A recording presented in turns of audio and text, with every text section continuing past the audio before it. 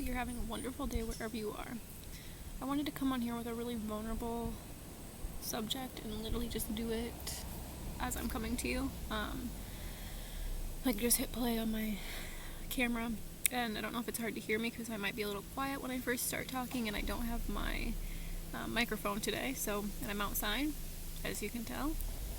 Today I'm dealing with a lot of grief, a lot of sadness, and so I really needed to shift my energy. So I came to a local park, and I'm just sitting under this tree, and as soon as I began to enter the park, there was just so many trees, and it felt so comforting and welcoming. And just as soon as I came in here, I could start to feel myself begin to relax. I was feeling all this tension, this anxiety, and this just a lot of repressed emotions that I wasn't allowing myself to feel. So I allow nature to help me kind of process and kind of support me and hold me while I'm grieving or while I'm feeling a deep, big emotion. Because what I want to get to here is when I pulled in, I was listening to the radio, and the radio host does this thing where you can call in and tell them what your deepest fear is or what your biggest fear is. And today, it just so happened that the lady that was on that called in said that her biggest fear was dying alone. And the radio host was okay, that's probably the strangest one I've heard yet. And I thought to myself, that's really weird that you think it's so strange, because that's probably one of my biggest fears. And I thought it was cool how it was reflecting to me by hearing this woman on the phone who, out there somewhere had the same fear that I have. And actually that was the first thing that I wrote, my very first blog post about, was the fear of being alone forever, and how it can really keep us stuck in cycles of depression and sadness and grief, and just feeling stuck and bound in some certain way. And for me personally, on my path so far, it's really learning about how to be how to liberate yourself, to liberate your mind, to recognize that you're actually never truly alone, that being alone is illusion rooted in lack. And what happens a lot of times is we're born into these families where our parents are together because within each one of them there's this really deep void of self. They don't know who they are, and so instead of taking the time to explore who they are, they fill that void with what they've been taught through society, through marriages, or through jobs, or through homes and cars we drive. So we try to fill the void of actually knowing ourselves with what we've been taught our lives are supposed to look like. And so this can actually create a lot of deep loneliness even when you're in partnership. So for an example, in my family system, in my family dynamic, both my parents had deep wounds of abandonment. And so for me, I began to mimic their energy. And so this left a really deep void within myself. And so I tried to fill that with addictions like overeating, and anyway, it caused a lot of physical, mental, and emotional wounds within myself that kept me feeling like I was going to be alone forever, because really I was just taking on their energy for them. And instead of filling the void with presence, and when you fill your void with presence and you're connected to all that is, when you're connected to nature, when you're connected to the stillness, and you're connected to your body and your soul and your spirit, and your mind is empty, and your mind is liberated of all the judgments, your mind's liberated of all criticism and doubt and insecurities and fear. When you're present and you're still, you actually come to realize that in your aloneness, you're never truly alone. You're always connected to spirit, you're always connected to the earth, you're never alone, technically. And so that's kind of what my path has been about, is learning to recognize that I'm never truly alone, and really learning, instead of filling that void with food, or filling that void with wanting to be with a partner, and that's what a lot of us do, is instead of getting to know ourselves and filling that void with our own presence, we want to fill it with somebody else as a way to avoid getting to know who we truly are.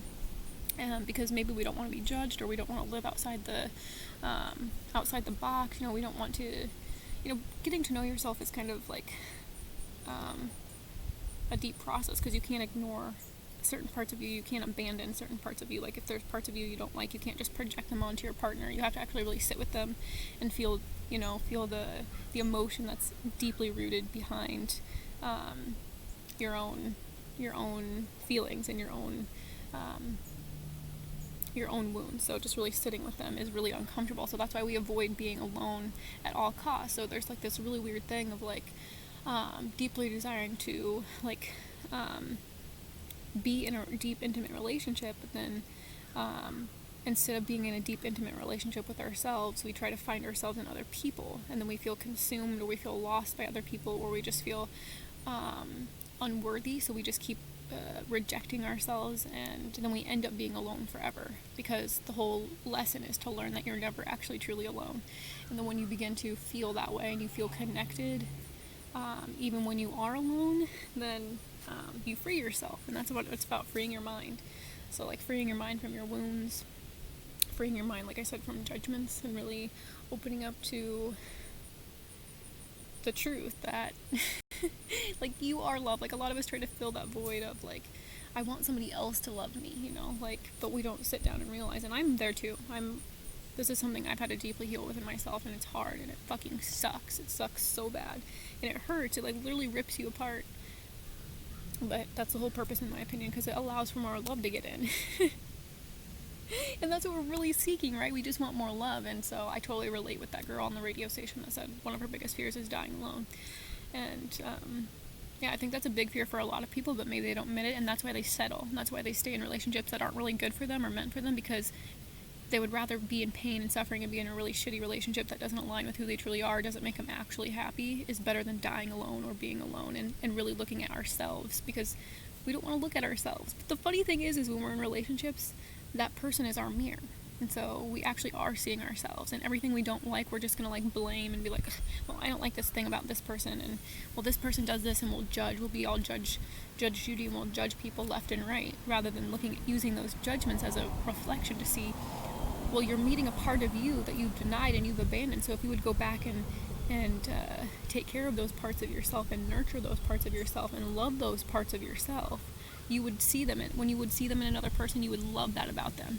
You wouldn't hate them anymore. You wouldn't judge them anymore for it, because you would accepted it in yourself and you love it within yourself. So you no longer need to project it onto somebody else. And that's when you begin to open up, to the love that is you. And that's what I think we have to come back to and remember, is that love is not outside of us, Happiness, fulfillment, success, whatever it is that you're seeking is not outside of you. It's always within. And that's really hard. That's hard for me, guys. You're not alone. You're not alone in that, because it's hard to still yourself enough to not distract yourself with food or with social media or with a partner or, just with, whatever you distract yourself with, and really just sitting with your own stuff. Like when you're in those deep emotions of pain and grief and you're feeling unhappy or you're feeling alone or you're feeling sad, sitting with them and like letting yourself cry, letting yourself scream, letting yourself stomp, letting yourself like feel, like actually feel, instead of pushing it away, shoving it down, because it's those feelings that will really reveal more of who you are to yourself. And then you'll begin to attract people that reflect, the love that you see within yourself. So if all you see in yourself is judgment and criticism and hate, you're probably going to attract somebody that like puts you down. You're going to attract people that like, I don't know, reject you. But if you are thinking loving thoughts of yourself, if you're treating yourself with love, if you're your own best lover, you're going to find somebody, you're going to attract somebody can be very loving towards you. But it all starts within yourself. It all starts with taking care of you. And I just don't think nobody ever taught us that, and that's why we're so scared of dying alone, because when we're taking care of ourselves, when I'm alone, like, honestly, I love it. Sometimes it is challenging, but honestly, I'd rather be alone. I'd rather be alone than around other people, because when I'm alone, I feel the most connected to my spirit guides. I can hear clear as day, like my clairaudience isn't being disrupted by the outside noises of other people's judgment and chatter. Like, my third eye is able to be open, and I can feel connected. I can see beyond the illusion of the pain and the suffering in the world, and I can open up to the idea that it's, like fear is an illusion. So when we can rise up and see, perceive from the light and from our hearts, it's like, instead of looking from here, like our eyeballs, imagine what it would be like incarnating into a lifetime where you were blind. You still you still can operate in the entire world, you just don't see anything. Like, how cool would that be? So kind of think about it like that. Like, when you're stillness and you're like in the present moment, like, don't see from your eyes, see from your heart. And then when we look at people, we're seeing them from our heart space, and we can love them unconditionally instead of seeing them from our limited mind, and our mind that's filled with judgment and chatter and just like negativity all the time. Like, that's kind of like the ego. It's the mind. It's like a little beast, and you have to be like, okay, little beast, I see you. You need to calm down, like, and talking to yourself like like that. Like, it's really weird. I talk to myself all the time, and I probably look like a bizarre weirdo out here recording my video, but I don't care. But anyway, yeah, it's very nice. The ducks are out here, and yeah, and when I'm having really hard times, like emotionally, one of my favorite things to do is be with the element of water. So I'm just sitting in front of the water. Like, it allows me to be like, to let go and move with the flow, because a lot of us try to control our life and how it's supposed to look, and that's why we settle in those relationships, or we settle for those jobs, or we're filling that void rather than like digging deeper into the void and be like, okay, what do I truly want? Like, what does my heart yearn for? What do I truly desire? And getting really, really connected to that part of yourself. So then you can start to live from that place and begin to fill that void with everything that makes you happy, that brings you peace, that you fill that void. Too many of us, we try to let other people fill that void. So when you create the life, that's filled with things that you love doing, that make you feel good about yourself, that light you up, that, excite you, that bring you pleasure, that bring you peace, that bring you joy and happiness. Like, when you start to fill your life with those things and you stop waiting for it to come from your partner or from your job or from your bank account, then you just feel free, and you're just like, oh, yes, I love myself no matter what I have. And when you come back to the present moment, you realize that this is already heaven. We don't have to earn anything here. And that's what our society kind of teaches us, that we have to earn love, that we have to, earn a living, like we have to earn money, like, but you don't have to earn anything. You are already it. It's already you. So when we can let go of those, those little, ideas, it's like checking your beliefs. Like, do I really believe this is true? That, like, love comes from a partner, or that success comes from, like, a high-paying job? Like, question your beliefs. Like, really ask questions about, like, why do I feel this way?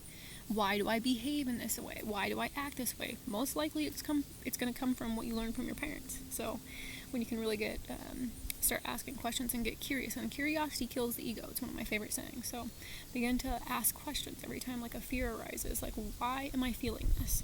And then investigate. You can do that through journaling. You can do that through meditation.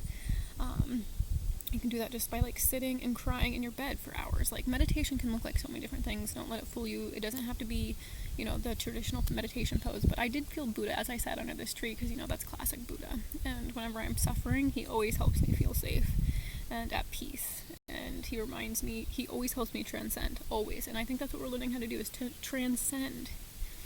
And we can transcend our pain, and we can recognize, because pain is only temporary. We have to let it move through us first. But if we try to resist it, we try to stop it, we try to block it, we try to, like, go away, we try to push it away, it's just going to, like, fight back harder. And so we really have to learn how to, like, let it come, let it go. So anyway, that's all I have for you today, and I just wanted to share that, like, very honest, just real moment with you, like, and I hope this was helpful or healing to you in some way, and I'm sending you so much love, and I'll be back next time.